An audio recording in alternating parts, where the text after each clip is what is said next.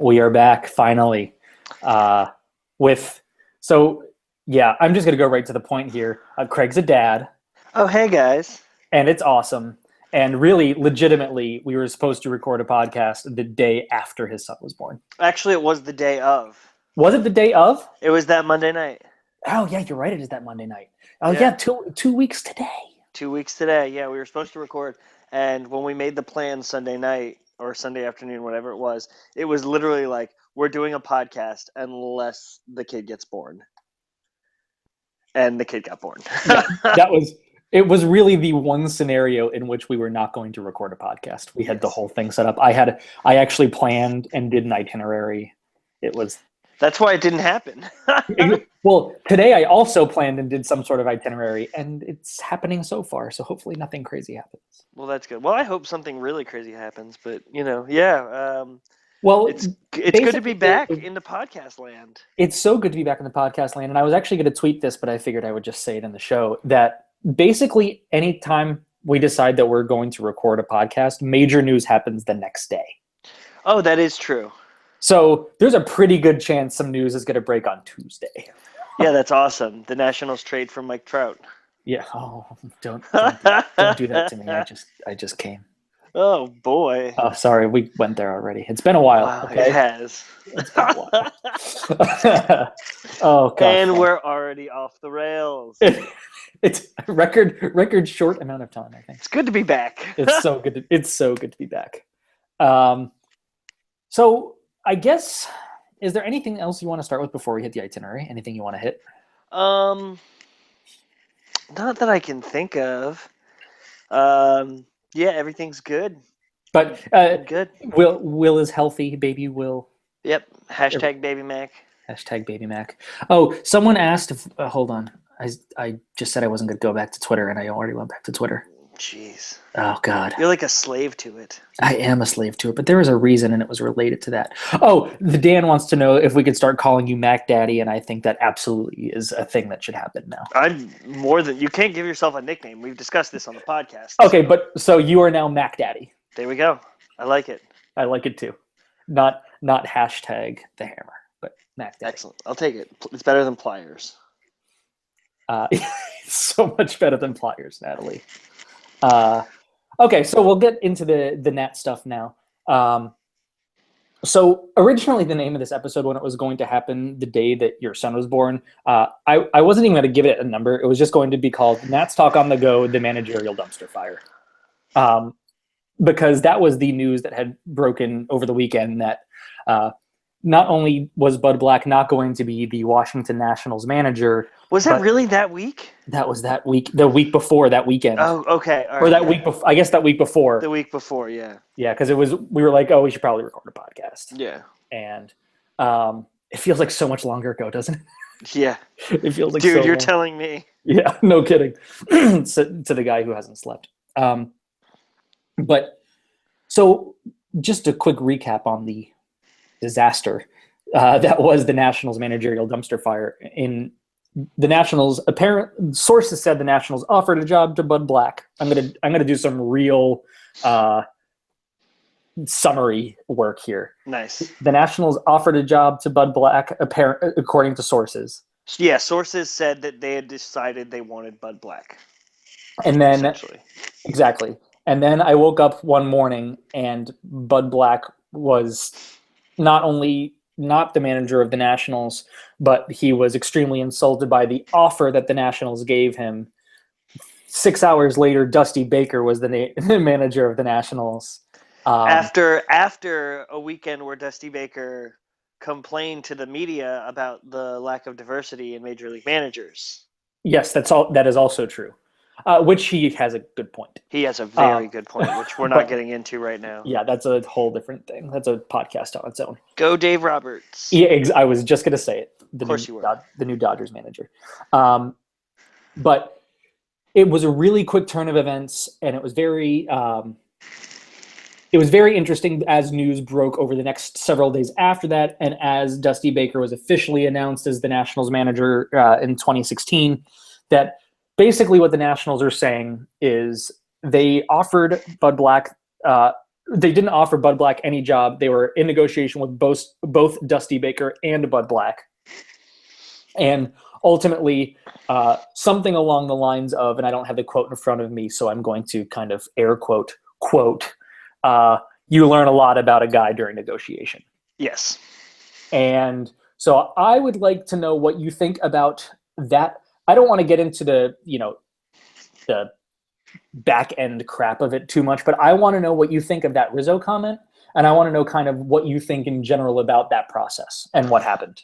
Well, I think the process is partially due to just the way baseball media works, where everyone wants the scoop and you want your name, if you're a reporter, you want your name to be the one breaking the story, so you're on MLB trade rumors. I mean, right. There's a lot of I'd rather be first than right going on. I think in media in general, because of, right or wrong, I'm not going to demonize media or social media. I'm certainly a huge part of that, but that's huge in general in media right now. So I think it's very strange that this is the second Rizzo dealing in the last year. The first being the Max Scherzer deal, where news actually got out of a Rizzo move before it actually happened. He had this kind of, I guess, reputation where things just happened. And by the way, the Nationals are signing Jason Worth. Yeah, hashtag Rizzo Dark 30. Yeah, Rizzo Dark 30. And so the fact that it was leaked to the press was interesting in the first place, but it sounded like, they never really, I guess, had it finalized, and the team never said anything. I believe the closest thing to a team employee would be Bill Ladson, I believe, said that they had decided on Bud Black, but not that any deal was done. I think that quote by Mike Rizzo was very interesting, and I think it's very telling. It was kind of hard to take at first. I know everyone was really upset and angry that it wasn't Bud Black, but as more and more information kind of trickled out, you found out, I believe, that Adam Kilgore actually said that the final offer was 3 years guaranteed for Bud Black. It was 3 years guaranteed with a pretty hefty chunk of money, too. I mean, it's not like he was managers managers aren't going to get a lot of money. That's not, they'll get a couple $1 million a year or whatever. I mean, not relative to players. I mean, not a lot of money, of course, at like a couple $1 million a year, but you don't get a whole lot of situations where they get a lot of money, but the years are what are important to managers because that's how they set up a clubhouse culture. Exactly. And that's why Jim Riggleman ended up quitting a couple years ago. Right. Just because he wasn't, the players were essentially saying, I'm going to be here longer than you, so why do I have to listen to you? Right. But it was a negotiation, and I understand that, Bud Black was insulted or whatever, but most jobs and most things, I mean, I've negotiated salaries, I've negotiated terms in a contract, and, to expect everything to be perfect right off the bat is probably a little bit unrealistic. And yes, Bud Black has been highly sought after and touted as a great manager, but when you really break it down, he had 2 winning seasons in 9 years in San Diego. Right. And what's even more telling is that after this happened, he didn't get another coaching job. He's actually, I believe, going to be a special assistant to the Angels or something like that. Yeah, he's going to be in the Angels front office. Yeah, but he's not going to be managing, and I think that's very interesting for someone that a lot of people said was a big managerial candidate coming into this offseason. So I think it's interesting that no one actually has hired him. Yeah, I agree, and I thought that was fascinating too. When I saw that he kind of was when they were talking about the Dodgers, it kind of started to make sense to me that he was going to end up possibly with the Dodgers. And then when he was in Los Angeles at the front office, I was like, oh, okay, that's interesting. I think ultimately, once my initial guttural reaction of what in God's name is this organization doing turned into, wait a minute, he's negotiating a salary. Everybody negotiates salaries. Why was he offended about having to negotiate a salary? That's just what people do when they work for people. Yeah. And then I turned into, why was he so upset? Why was he so offended about being off? Like, okay, you thought that offer was terrible. You counter offer and you have a conversation about saying, you go to your guy and say, that was a really low offer. That's not in the realm of what I was thinking. I was thinking more along the lines of insert really high number here. Right. And then you meet somewhere in the middle and you go from there. that's negotiation. And so it's the literally 101, negotiation 101. Exactly. So when I thought about what was happening, I kind of started to think maybe the Nationals did dodge a bullet here. I'm not saying Bud Black is a bad guy, and I think that you talk to any player who's ever played for him, and I would be remiss to not point out that all of them love him, and he continuously is ranked among the best player managers in baseball. But I think that says a lot about a person, and I'll tell you, when I heard that Dusty Baker was hired, I was admittedly skeptical, and then I saw his press conference, and I said, okay, I can get on board with this for a little while because he has the best personality ever. Yeah. You actually were able to turn around on Dusty Baker a little bit more. Let's put to bed real quick that, yes, I know we both were on Team Bud Black, but from what, obviously we'll never know the complete story, but from what I understand and you understand, I think it was probably ended up being the right decision. Yeah. For the ball club. And when it comes down to it, I've gotten there on Dusty Baker. So the thing that got me there is this season from the Nationals would have been so much different for two things: injuries, which, if they had prevented some injuries, which, that's not really major, and having a good leader of men. Yes. And yes, Dusty Baker is not going to be the greatest manager for a bullpen that ever existed, but I don't think he really needs to be. Yes. Because totally agree. He can run a clubhouse. I completely agree. If the Nationals of 2016 are not the Nationals of 2012. It's not the same thing. You don't have a bunch of extremely young players who are coming up and trying to learn their way around the game, and a lot of them are going to new cities every weekend because they haven't played there because they're young. And this is a totally different team. You're talking about a veteran team that is in the late part of their prime in terms of being able to contend. And you need a guy who could bring all of these big personalities and put them in a room and have them succeed. You don't need the best. Let's not pull punches about it. Dusty Baker is going to be a bad on-field manager. Yeah. He's not good at it. It's not something that he's good at. Right. But he is really good at dealing with personalities, first of all, which is, I think, the most important thing. And number two, he's been talking openly about understanding that the game is evolving around him. There was a really great piece, and I don't want to misattribute it. It was either on Fangraphs or Beyond the Box Score, and I don't remember which one. Fangraphs. Okay. So it was all about, I love how you know which one I'm talking about. I know exactly what you're talking about. It talked about his use of pitching and how he was going to use pitchers in different situations and how many innings they were going to throw. And right. It showed during the time that everybody talks about Dusty Baker, breaking pitchers and the whole thing, and how he evolved over the next 8 years or so of his career to be better than league average at using pitchers. He learned that he did something maybe not the best way, which, for the record, there wasn't really a lot of knowledge on it at the time. It's not like that kind of analysis existed at the time when this study was done, which I think was 2006 or something, maybe 2008. Either way, he learned, and I think that says a lot about a guy. And I think when you're being surrounded with really smart baseball people, which the Nationals organization obviously has, and a guy who's willing to learn, that already has the quote unquote soft skills to deal with the players that obviously needs to happen after the train wreck that was the end of the 2015 season, then I think you put those two packages together and you say the Nationals got the right guy. Yes. And I think ultimately that's where it was. And I'll tell you, that's not the easiest thing for me to say, because my biggest fear, I will admit, coming into this offseason when I knew the Nationals were going to hire a manager, or that they were going to go for a veteran and hire Dusty Baker. I will not pretend like that's not the case. But yeah, I'm right there with you. And I had said, something along the lines of I will reconsider, Yeah, rooting. I mean, it was terrifying, but I will admit that I was probably being a little bit ignorant to the situation, agree. and there is that stigma behind Dusty Baker where he is a pitcher killer, Right. and oh, he ruined Kerry Wood and Mark Pryor. Well, no, not really. A labrum injury ruined Kerry Wood, and a Right. collision killed Mark Pryor.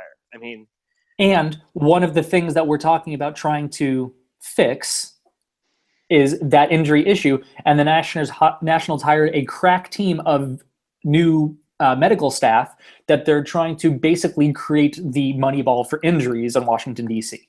well, I mean, are we transitioning away now Yeah, from? yeah. Okay, great. Well, that's the next market inefficiency. It's injury prevention. That is the next hot button thing in all of sports. It's how to prevent injuries, how to use all sorts of monitors on the little diodes on in shirts and stuff to monitor heart rate and Yeah. breathing and all that kind of stuff. That is the next step. So it looks like the Nationals are trying to be a little bit at the forefront of that. They're really taking, I believe it's a European soccer model of Yeah, they're training. taking the head doctor from Leeds Football Club. Leeds United. Leeds United. Um, so it's really interesting. I mean, it might not work. It might work. Who knows? But it's really good to see them trying. And I know I've been on Lee Kuntz a lot in the last several years, just Yeah. based on the injuries. So it's nice to see the team acknowledge that last year was completely unacceptable, and really take a step forward from there. So And looking um, for innovative ways to make it better. They had 2 out of 162 games where their starting 8 was playing. that's absolutely insane.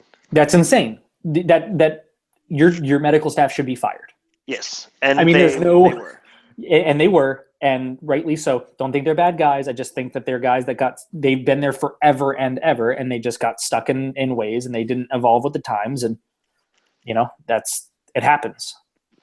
Yeah, and speaking of members of the national staff, I want to real quick. Rick Shue sticking around. What do you think? Yeah, my initial reaction was what, and then I thought, yeah, it's a good idea. I think it's a great idea. I Yeah, think I think I of just was surprised anyone. anybody came back, and I think it's really good on Dusty Baker to not just bring in one of his own guys to say, this was the guy that was here when Bryce Harper won the MVP and when Danny Espinosa turned around, Those and were my exact two examples as well. nice. Um, and to say, you know what, he knows it. And the Nationals had one of the better offenses in baseball Yeah, as far as runs scored. They just, stuff happened, but I believe their offense was actually better than it was the year before when they won a billion games. yeah. So that's it. I think it's a good job on Baker to not say I'm just bringing my own guy in. I think Yep, that's cool. very good. Staying on the coaching staff, I guess, while we're on it. Well, let's talk about thoughts on Mike Maddox real Mike quick. Maddox. I think it's very interesting that he was actually hired before the coach was, even Yeah, though he technically wasn't. Um, yeah. I mean, it was obviously, hey, Dusty, by the way, Mike Maddox is going to be your pitching coach. You cool with that? yeah, I'm pretty sure he would be. I mean, the Rangers during the height of offensive eras, 2000 to I believe it's 2008. The Rangers had a +5 ERA. They were worst in the AL in pitchers, pretty much in many statistical categories. And they hired Mike Maddox, and they became a top 5 pitching staff.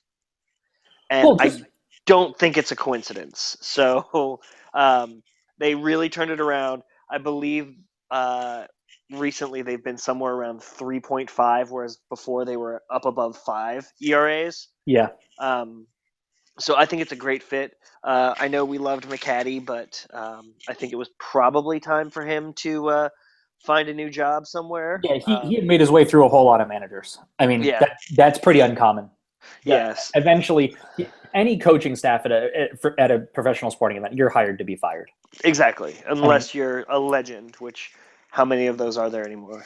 and even if you are, at some point, you're still told you're going to retire. Yes, I very, mean, very true. at some point, you're done and you're told so. I just think that you make the great point with Maddox on pitching and just doing a great job with the Rangers, and just think about some of the names that he made really good. while they were on that team that maybe left and weren't so great or whatever. But he turned C.J. Wilson into a name. C.J. Wilson, gazillionaire. yeah, who C.J. Wilson. Yep. He had Colby Lewis come out of either Japan or Korea. I don't remember which to have a really good year before his career fizzled back out. Derek Holland was extremely good underneath under the tutelage of Maddox. So I think that he could take average guys and make them good to a team that made back-to-back World Series, and he's getting good guys. So he's getting Strasburg and Scherzer and Gonzalez and Joe Ross, and that's pretty awesome.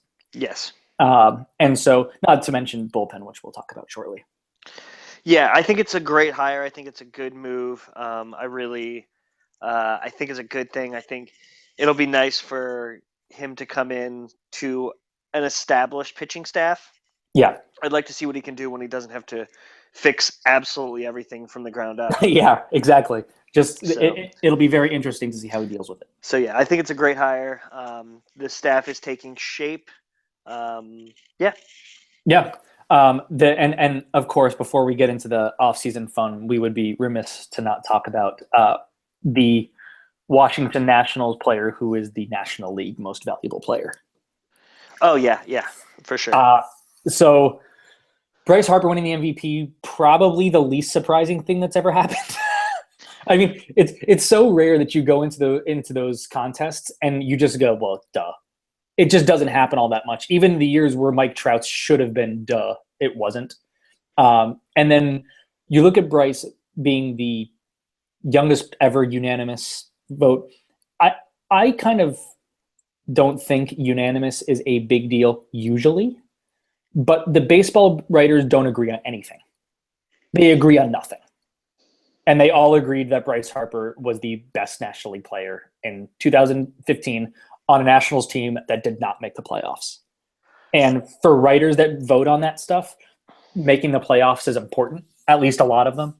And they still said, this guy was so good, it doesn't even matter. We all have to vote for him, and everybody did.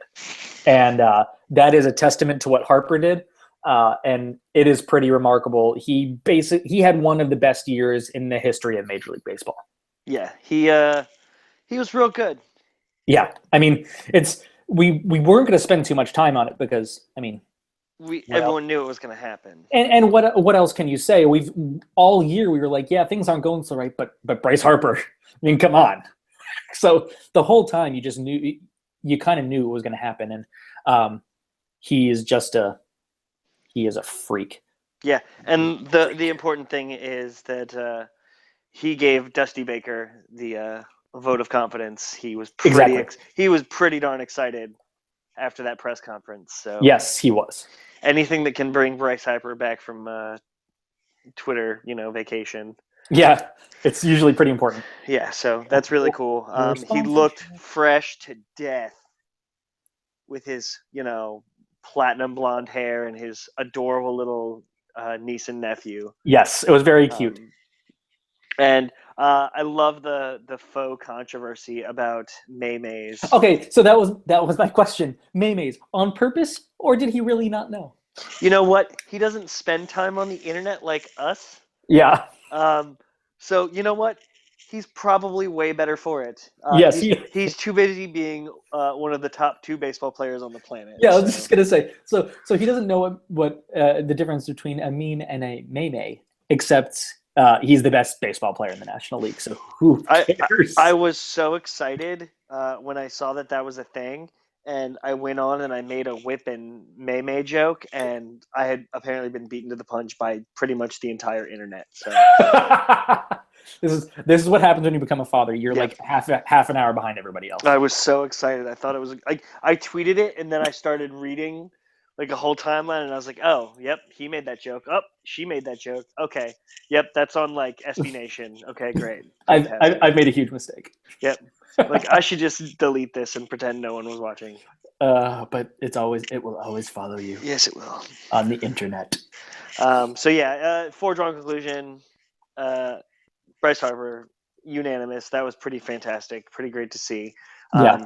Watching his interview, I mean, how can you not love that guy? I watched it on Friday afternoon, and I was just like, this guy is just how. I mean, this is what baseball should be. I mean, he says the right things, but he's not boring.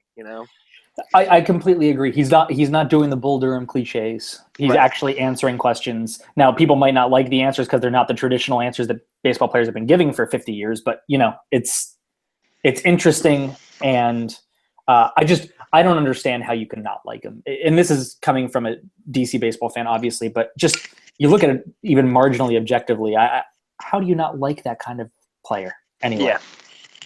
it's pretty great. But yeah, good for him. Unanimous, just fantastic. Very, very cool. And once again, for the second year in a row, an MVP was younger than the Rookie of the Year. Yeah, that's crazy. Yeah, that's crazy. Love that. And to round out the award conversation, Max Scherzer top 5 Cy Young, which I said at the end of the year, I think that no hitter at the end of the year pushed him top 5. Otherwise, I think it would have been 6. Did he finish 5? He finished 5. Yeah. Okay, that's cool. Yeah. Otherwise, I would have said he would have been 6, but he finished top 5. So. Yep. So, maybe it was 4. Was he 4? I don't know. Yeah, 4 or 5. It doesn't matter. It's pretty good. So we're in the off season. Enough dwelling on that stuff. We'll talk about what's coming forward, and so that obviously means free agency. Oh yeah.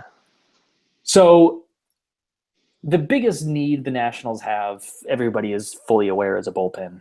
Yeah, an entire bullpen. They need 6 guys. Yeah. With the only possible returner being Drew Storen if they decide to or I'm sorry, Craig Stammen if they decide to not non-tender him because he's been hurt, but that's a whole other thing.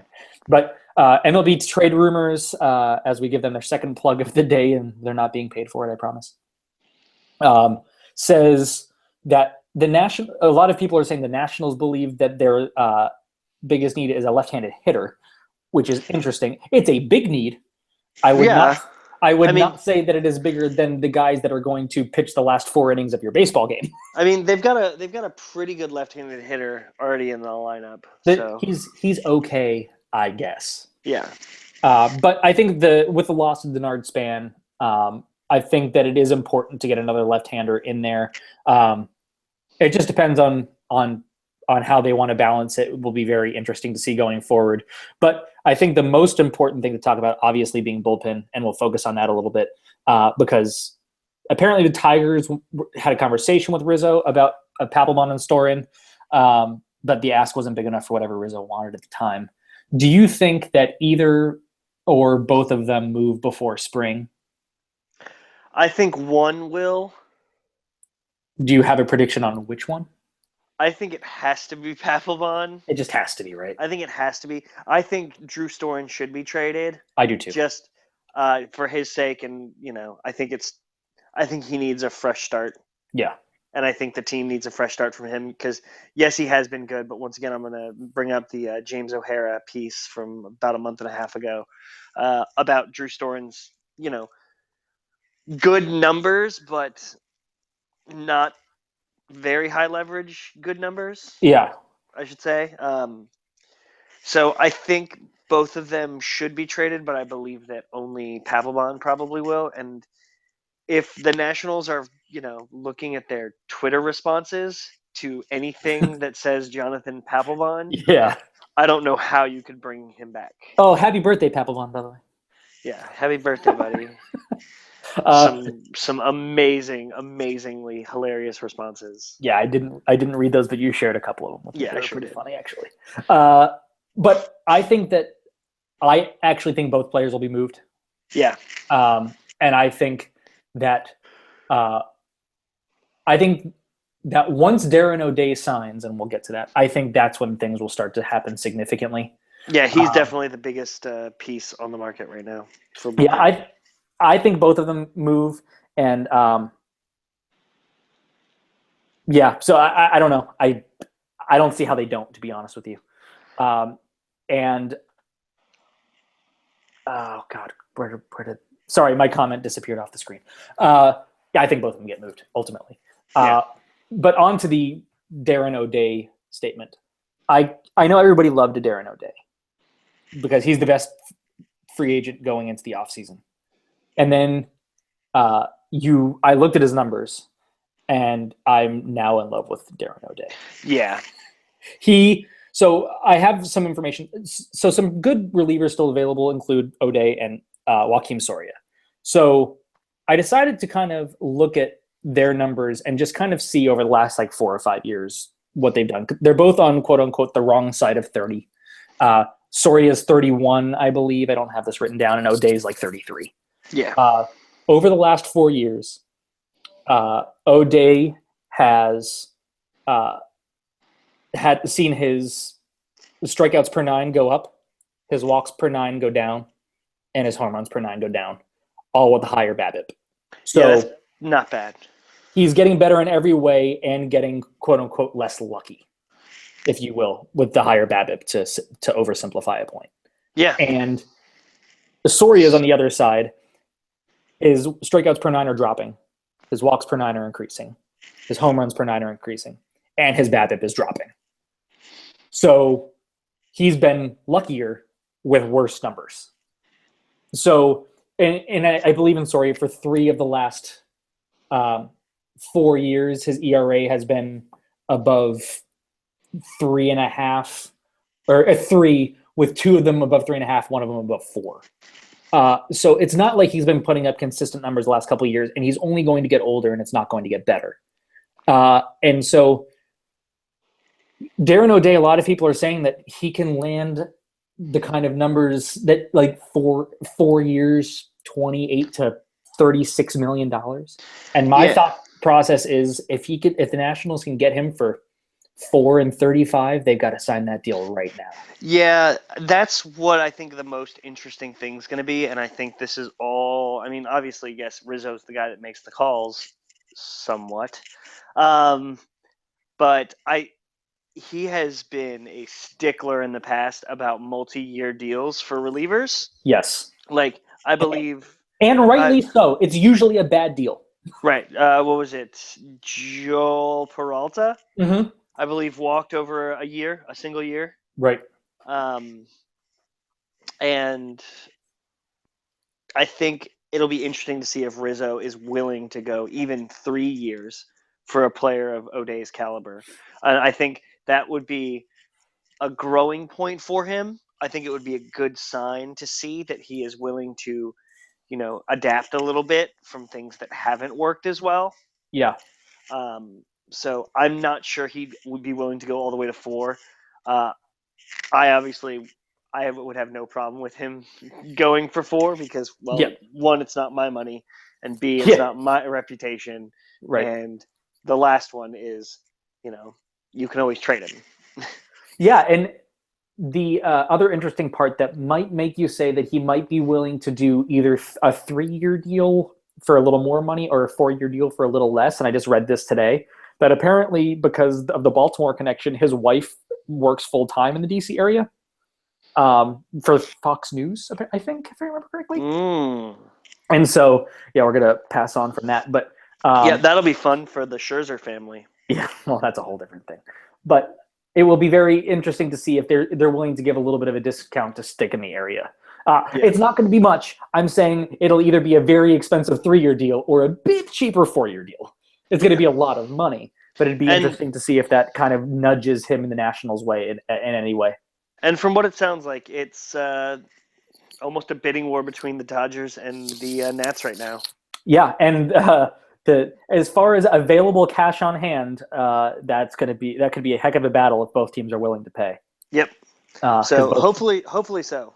I mean, because Darren O'Day would be a great piece. And where would he slot in the bullpen, do you think? Well, it depends. It depends. If my prediction happens that Jonathan Papelbon and Drew Storen are both gone, he's the closer. Honestly, if either one of them still remain, might still be the closer. So, but it also depends on what I think, based on the point that you're saying with Rizzo and long-term deals, could be the most compelling thing is the possibility that they could actually get Aroldis Chapman. Yes. The flip side of that for Rizzo is he also really doesn't like giving up prospects. No. And he would have to give a lot up for a guy like Chapman, even for 1 year. Yes. So it'll be interesting to see how he decides he wants to go with that. Do you have any thoughts on whether or not the Nationals are legitimately pursuing Chapman and if they'll get him? I would assume they were probably legitimately pursuing everyone. Right. But definitely Chapman. Rizzo's had his eye on him for a long time. And I know we've mentioned it before on the show. Mike Rizzo thought the Nationals had Chapman back when he initially signed out of Cuba. Yeah, they thought that they won. Well, not they signed him, but they thought they won the bidding. They thought they had the high bid, and I believe they bid 25, and the Reds bid 30. Right. And no one else was. It's all a very mum conversation. You don't really know what anybody else is bidding. Yeah, it's all blind bids, and they thought they had the high bid for his services, but they didn't. So Rizzo's obviously coveted him for quite some time, so I'm sure he's in. It all depends on the cost, because I guarantee you the conversation starts at Lucas Giolito. Oh, for sure. And that's obviously not happening. It's off the table. Yeah, it's off the table. So it'll be interesting to see where else the conversation opens up. And I think that you see, if you want to be convinced that the Nationals might actually get Chapman, you look at Rizzo's history with bringing in guys that he really likes and has a history with. See Max Scherzer, see Dan Uggla, see I still can't believe that Dan Uggla was on the team for the whole year. I know, it's incredible, isn't it? Just blows my mind. But anyway, yeah, I'm sure he's going for him. I think Rizzo would be willing to give up more than he would have a year ago. I would agree. For a player like Chapman, stay away from Giolito, but I think he would be willing to give prospects. Giolito is a non-starter for any player in baseball except for Mike Trout. Right. It's a non-starter. Right. I mean, it's just not. So, I mean, I definitely think it's on the table. I think it could happen. It wouldn't shock me. The only thing that would really shock me is Lucas Giolito being involved in that deal. Yeah. So, getting you on the record, is Aroldis Chapman wearing a curly W in 2016? No. Darren O'Day? No. You think neither? No. Yeah. I mean, LA has all of the money. Yeah. I would say no to O'Day because of the same reason. LA has all of the money. I mean, freaking LA gave who was it? They gave 3 years, 45 for a reliever. Who was that? Oh, was it 2 years ago? Brandon League? It was Brandon League. Yeah, it was like 3 years, 45 for Brandon League. Yeah, and he's pitched in like 30 games since then. So anyway, total. Yeah. I don't think the Nationals are going to have the money to compete. Yeah. And I mean, LA is just as much of a contender going into 2016 as the Nationals are. So yeah. I unfortunately agree on both predictions. I really want to say yes to O'Day. I don't see how Chapman happens unless the Reds all of a sudden start asking a ridiculously lower price because they just want to unload, which could happen. It absolutely could. Just get to this conversation where they say, we're done. Well, they're listening on everyone. They're listening on Joey Votto. Right. We want to cut salary, and we want your prospects because we need to rebuild. Votto and Chapman for Lucas Giolito and like Michael Taylor. Yes, please. Oh, jeez. That would be monster. That would be monster. Like it would be like in 3 more prospects that are top 10 guys probably. But yeah, that would be ridiculous. So I thought there was one more thing I wanted to hit on that, but it doesn't look like it. So I want to run through really quick some Nationals who are on their way out. I want to do some predictions, then we'll get to questions because we're low on time. So Heyman predicts – John Heyman of CBS Sports has predicted what all the Nationals free agents from 2015 will get. I want to get I think all the numbers seem reasonable, so I want to see if you think the number seems reasonable and which of these guys, and if the guy will get overpaid or underpaid, or it'll be about what they say.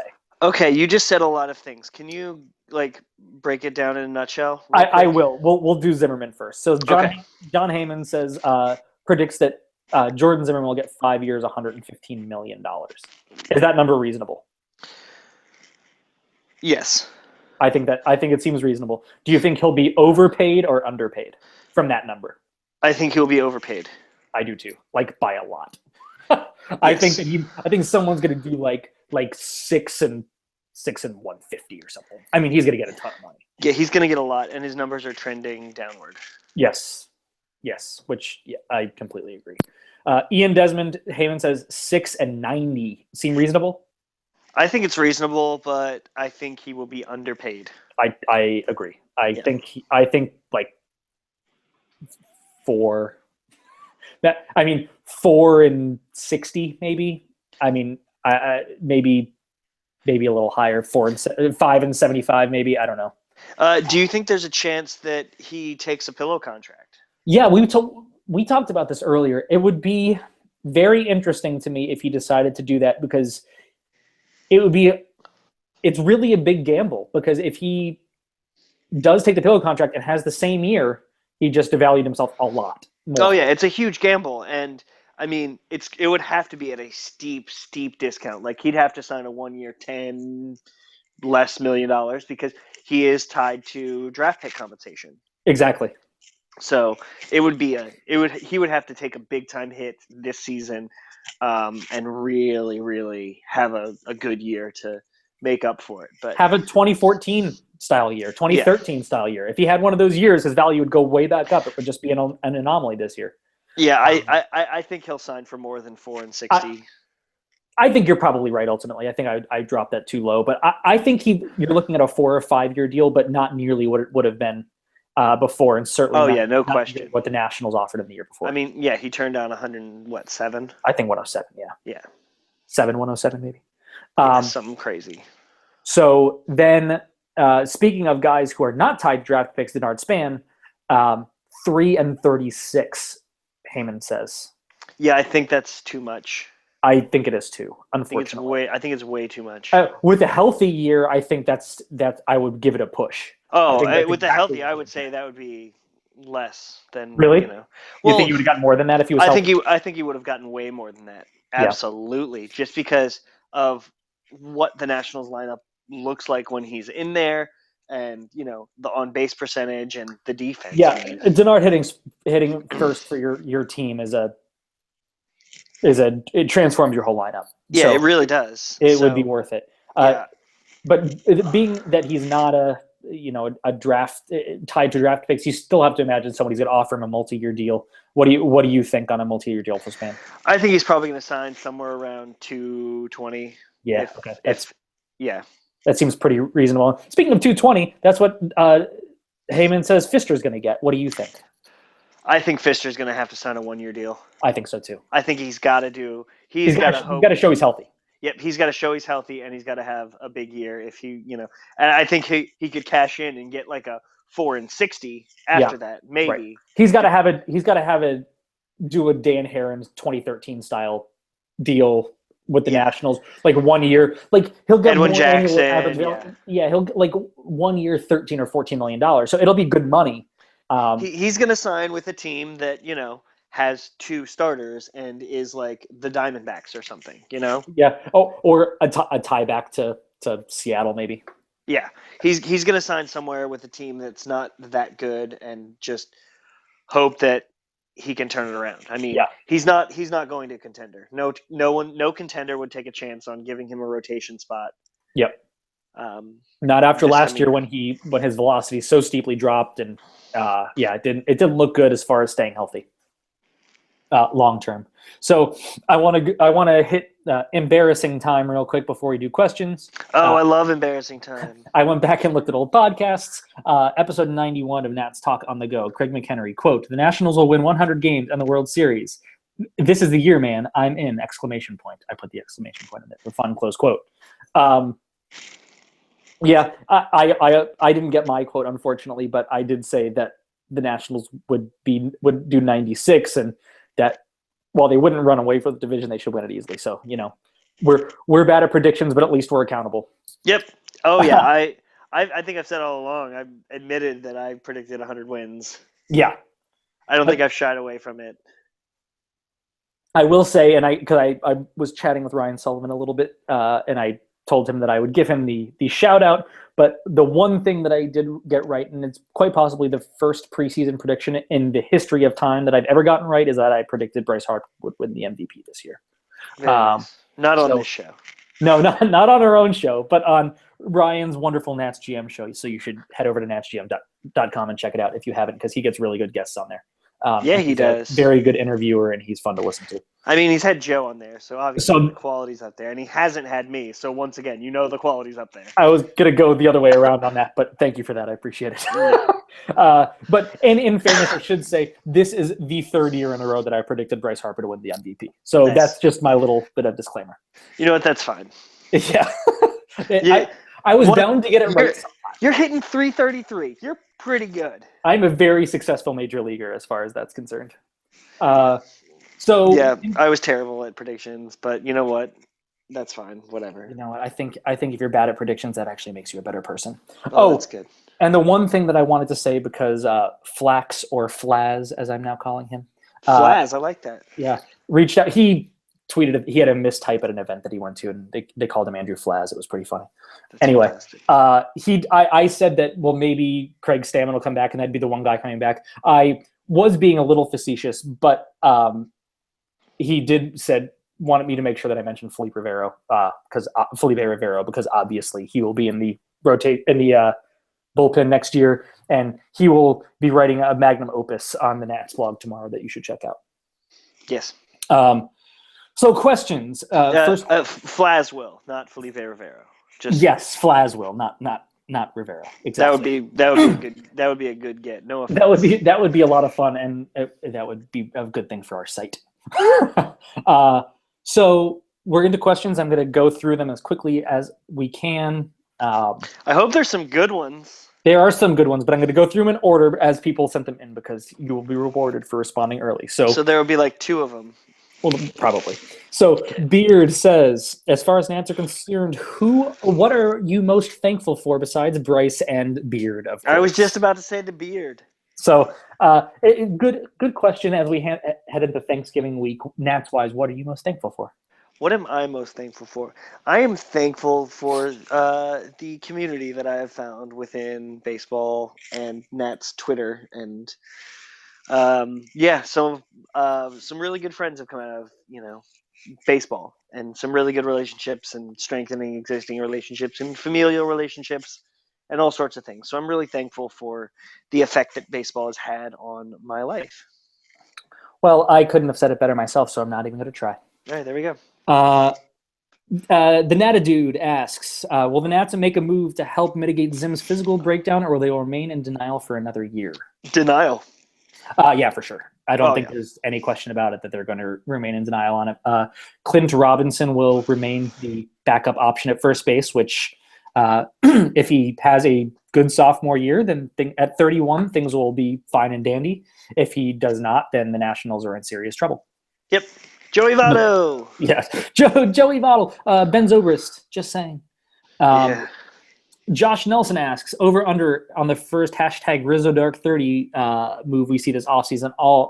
We'll go to that one first. Over under on first move. Like when? Yes.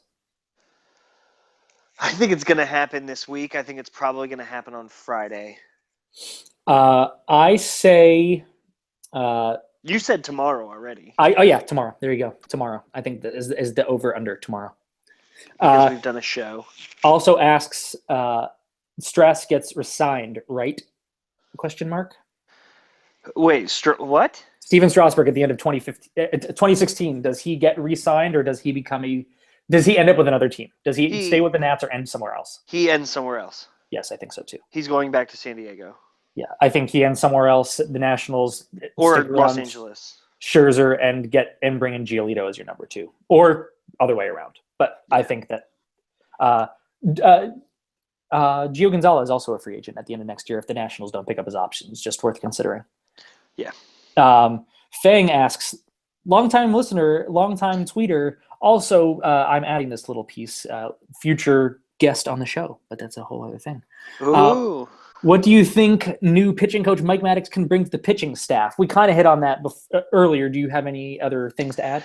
I think from what I've read about Mike Maddox, he's very good at advanced scouting and using advanced scouting in the game plan. So yeah, I think that's something. I'm not saying that McHattie didn't do that, because I'm sure he did, but getting a different perspective and I think will be and huge. It's something that Maddox is known for. It's something he's known for, and this gives a lot of the pitchers who've already kind of probably soaked up everything that McHattie had.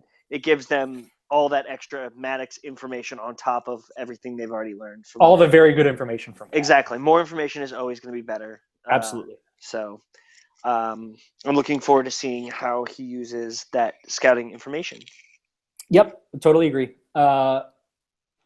Feng also asks if we have any thoughts on a new bullpen coach for the Nats. Do you have any ideas on that topic? No one cares about bullpen coach. Yeah, I don't have any thoughts on it. I mean, his job is literally to answer the phone. Answer the phone and say, "Hey, you guy, go warm up." Yep. But I think I would be a very good bullpen coach. As you say, it's an irrelevant position. Oh, by the way, hire me. I would be great at being totally irrelevant. I will do it for much less salary than whoever you're going to hire. I love sunflower seeds. And jokes. I've got good jokes. I do not want to eat banana and mayonnaise sandwiches, though. Yeah, that's a deal breaker for me. Yeah, that's a deal breaker? It's a deal breaker. Wait a second.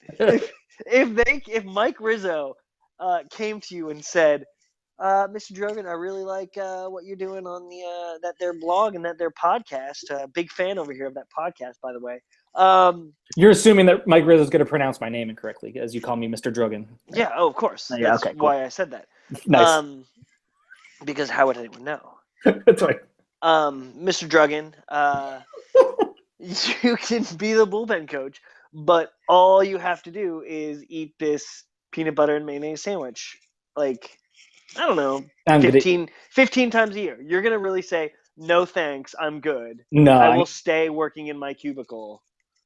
Well, I have a lovely office, but no, I would eat the shit out of that sandwich. Okay, that's what I'm saying. So, not a deal breaker. Yeah, no, it's not Mr. Drogan. Obviously. Thank you, Mr. McHenry. You still pronounced it right. I know. There's no way. McHenry? McHenry. I guess McHenry. There you go. Well, I could spell yours wrong very easily. It's just yeah, just forget the A. Frank. My jersey's gonna say Mac Daddy. So nice. I mean, they're gonna love that. It's already coming back. You're latching right onto that nickname. Yes, I am. Frank, our friend Frank, Nats 101 asks, do the Nats get Chapman or O'Day? What do they cost? We kind of went over that already. Favorite left-handed hitting target? I don't think I honestly have one. I have not had the time. I do. Okay. I want Alex Gordon so bad. Yeah? I wanted so bad. So what would happen in the outfield? There's no reasonable way to make it happen without putting Bryce Harper in center field. Harper in center, yeah, that's what it would have to be. It would be and then you move Worth back to right. That would be the only logical way to go about it. Or if you prefer, you can go the Hayward route and put Bryce back in left. But I would prefer to go to the guard, put the Gordon route, put him in left, put. I mean, Alex Gordon is one of the best defensive left fielders in baseball history. He probably is the best. Yeah. He's incredibly good. And his bat's pretty decent also. Yeah, it doesn't suck.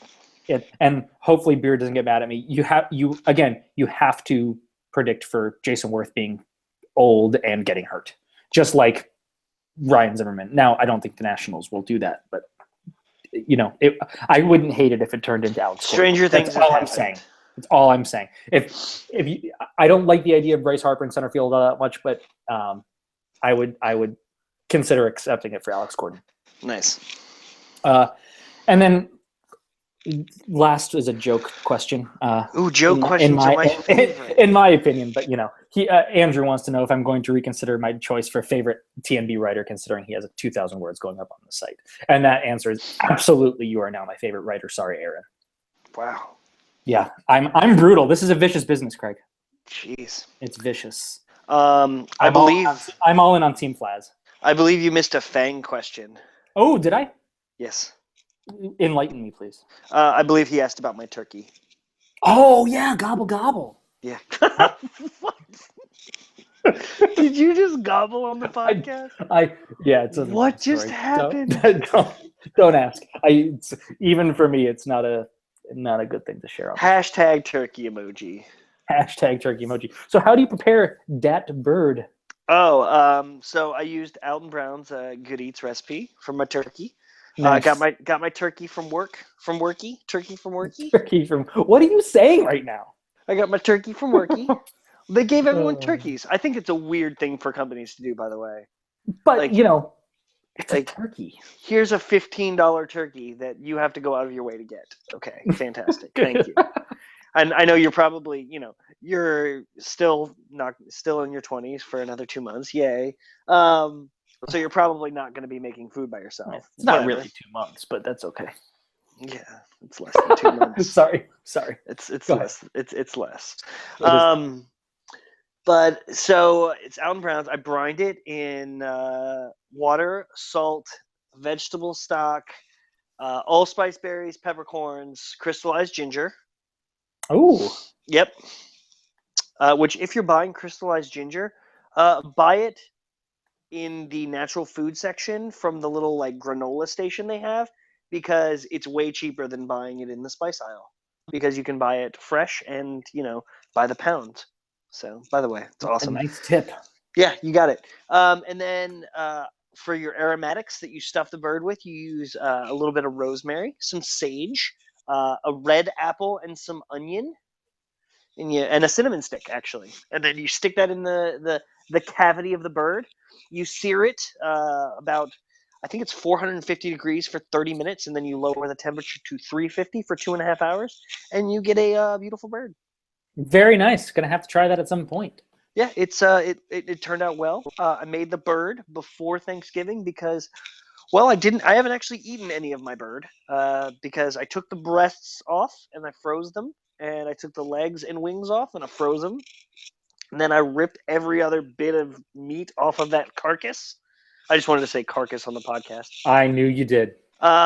And I put it in a bag, and I'm gonna make a nice little turkey hash maybe tomorrow. Turkey, potatoes, maybe some peas and onions, and it's gonna be a nice little turkey hash. So guess who's coming over for dinner? Oh, that would be awesome. Joey should come over for dinner. We'll see. We'll see if we can make it happen. It might be possible. I'll let you know. So yeah, that's my turkey. It was beautiful. Like, I don't know if you saw the picture. Oh, it looks good. It was. Oh yeah, I sent it to you. Delicious. Yeah, Oh yeah, you texted it to me. I didn't. Crispy skin. Oh yeah. So that's how I did my turkey there, John Fang. There it is. And maybe I can bring one of those breasts over, and we can sit and eat some turkey and watch some soccer or something at Casa de Fang. Oh yeah, I already chastised him a little bit about that this weekend. We got to make that happen soon. That he hasn't invited us over yet? That we haven't been over to watch soccer. Yeah. Seriously, Fang, get on it. He's been in there a couple weeks already. Sorry about your loss, buddy. Yeah, I know that was tough. I saw that today. Yeah, Sunderland. Oh, yeah, okay. I know that's bad. Okay. So the one thing that I will say to make everybody feel good about the continuing implosion that is the Miami Marlins, that they have fired their team's analyst for the last 19 years. So for some reason, Jeff Lurie is just mad at everybody and is just saying, you get a pink slip and you get a pink slip. It's just and Jose Fernandez has attitude problems. Yes. And someone else on that team too. Osuna, maybe? Yeah. I think I saw that. Well, Boris is pissed at how his injuries have been handled. Oh. Well, I saw something about Boris, always part of it. But I saw that Johan said something about it. I think it was Osuna. If I'm wrong, I apologize. I'll correct it someplace else. Any parting thoughts before we wrap this nice little Thanksgiving week episode up? Yeah, thanks to everyone for the kind words about #BabyMac. He's pretty great. Big fan of having a kid. He's pretty fantastic. I got a new Nats blanket for him today, by the way. So that's cool. Nice. He will be in attendance at Nats games next year, where people can meet him. He wasn't on the podcast because he got hungry, which I'm kind of hungry too. Well, don't get hangry. Go have dinner. Yeah. Just want to say during the week of Thanksgiving, thank you, all you fine listeners, for listening to this crap podcast every time we have an opportunity to put it out. It is indeed suboptimal. It is suboptimal indeed. Happy Thanksgiving to all of you. Get where you're going safely. If you're staying at home, eat lots of food, have a lot of fun. Be safe, and we'll talk to you next time.